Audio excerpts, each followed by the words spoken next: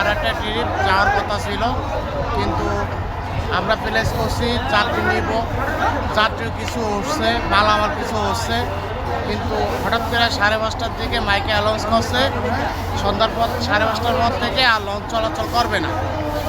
এই জন্য যাত্রীরা আমরা বসে আছি এখনও, কিন্তু লঞ্চ বন্ধ থাকার কারণে এখন আর যাওয়া হচ্ছে না। যাত্রীদের ভোগান্তি হচ্ছে, কষ্ট হচ্ছে, যাত্রীরা যাইতে পারতেছে না।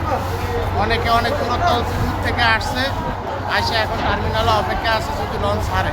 আমরা তো মনে করছি যে লঞ্চ ছাড়বো, আয়াতে লঞ্চ ছাড়তেছে না। অনেক লোক ভোগান্তি, মহিলা বাচ্চা পোলাপান আছে, নিয়ে তাদেরকে নিয়ে লঞ্চে যাইতে পারতেছি না, লঞ্চ ছাড়বে না বলে।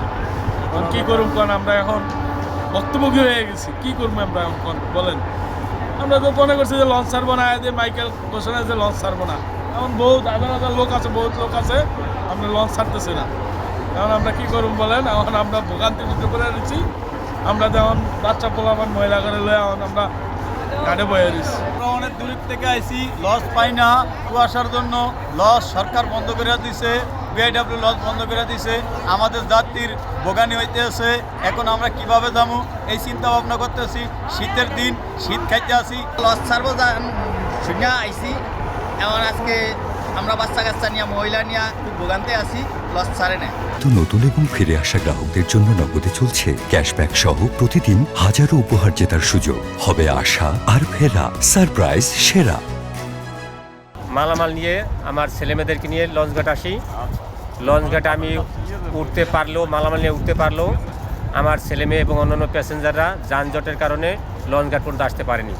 লঞ্চ 5:15টার সময় ছেড়ে দেয় এবং মাইকে সদরঘাট থেকে ঘোষণা দেওয়া হয় যে 5:30 পর আর কোনো লঞ্চ ছেড়ে যাবে না।